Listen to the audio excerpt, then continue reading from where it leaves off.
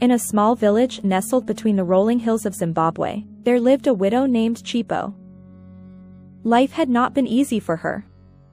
Her husband had passed away when she was still young, leaving her to care for their only child, a boy named Tendai. She worked hard on their small plot of land, growing maize and raising a few chickens to make ends meet. Despite her hardships, Chipo was known for her kind heart and generosity.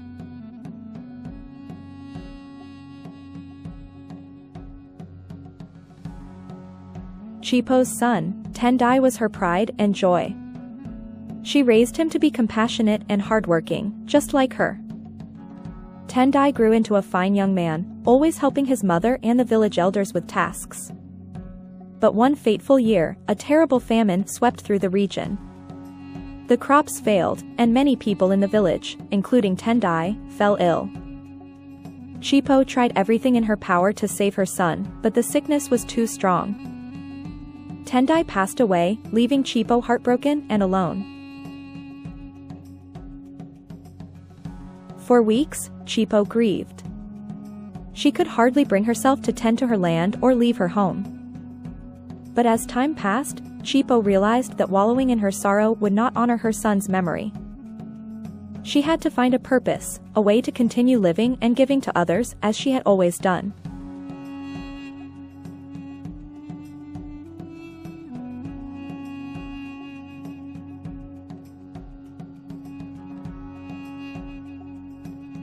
One day, while walking through the village, Chipo noticed several children sitting by the side of the road, their faces gaunt and their clothes tattered.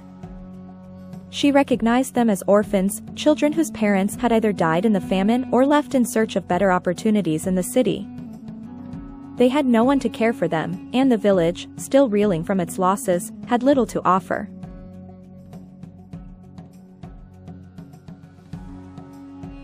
Chipo's heart ached for the children. She knew all too well the pain of loss and loneliness. Without hesitation, she gathered the orphans and brought them to her small home. It wasn't much, but it was a warm place where they could sleep safely. She cooked the little food she had, dividing it carefully among them.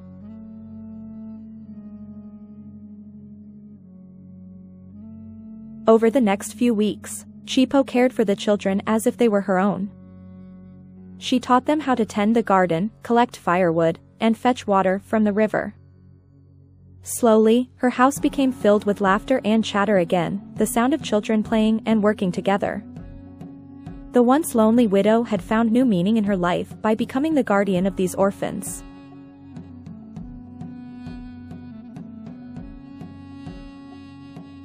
Word of Chipo's kindness spread through the village, and soon more children came to her door. Some had lost both parents, others had parents who were too ill to care for them. Despite the challenges, Chipo never turned any child away. She believed that every child deserved love and care, no matter their circumstances. One day, the village chief came to visit Chipo. He had heard about the growing number of children under her care and was concerned about how she could sustain them.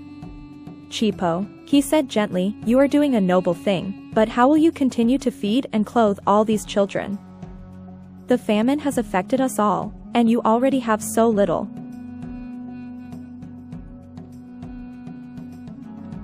Chipo looked at the chief, her face calm but determined. "I do not have much, that is true," she replied. "But what I have, I will share. These children have already lost so much. If we don't care for them, who will? I trust that with hard work and the help of the village, we can survive together."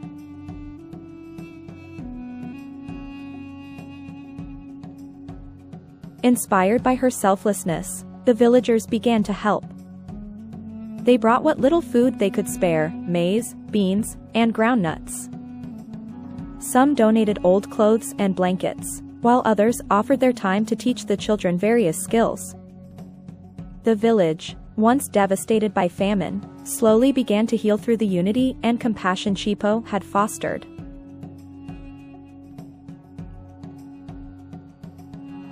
Chipo also taught the children to be self-sufficient.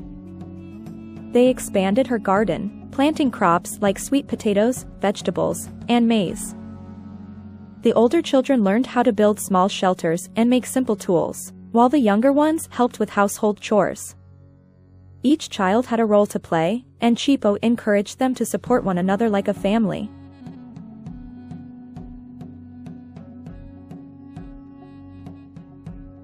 As the years passed, the children grew strong and capable. Some became skilled farmers, others learned to sew, cook, and trade at the local market.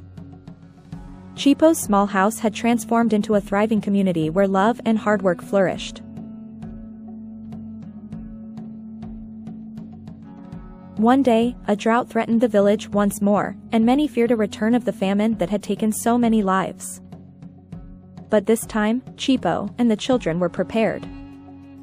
They had stored enough food from their harvests and had learned how to conserve water and grow drought-resistant crops. Not only did they have enough for themselves, but they also shared with other villagers who were struggling. Chipo's home became a refuge for all.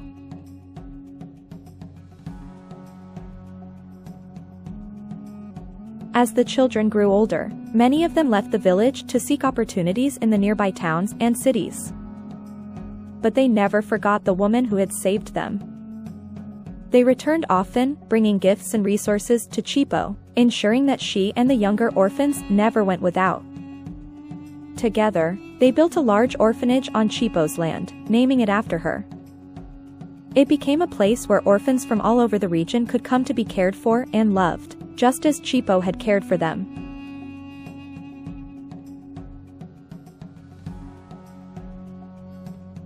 Chipo lived to a ripe old age, surrounded by the children she had raised and loved.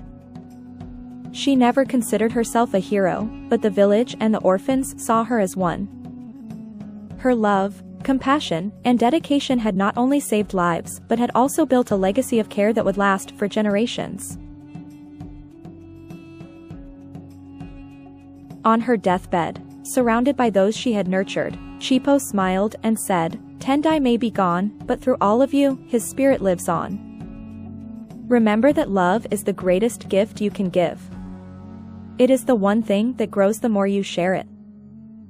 And with that, she passed away peacefully, leaving behind a legacy that would never be forgotten.